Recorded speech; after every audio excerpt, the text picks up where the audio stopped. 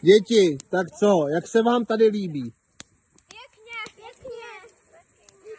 Pěkně, jo. Vy jste takový dva týmy tady, že? No. Tým malých a tým velkých. Já jsem taky velký. No jo. Já jsem taky velký. Tak líbí se vám tady? Jo, líbí. Jo.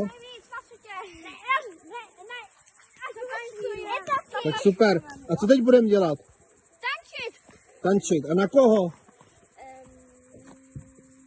Na koho? Jakože kdo hraje? Já má tu. Co to je za muziku? Kdo bude hrát? Aha. A já myslel, že chcete tančit na Fiziho. Jo, na video. Jo. Aha, tak jo. Ale tam teďka něco letělo normálně, viděl jsi to? Neviděl.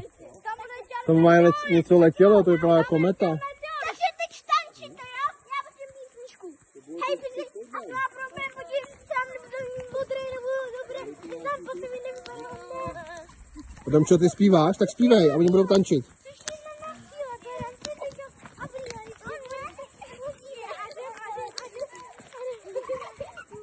To je dobrý, Domča zpívá a ostatní tančej.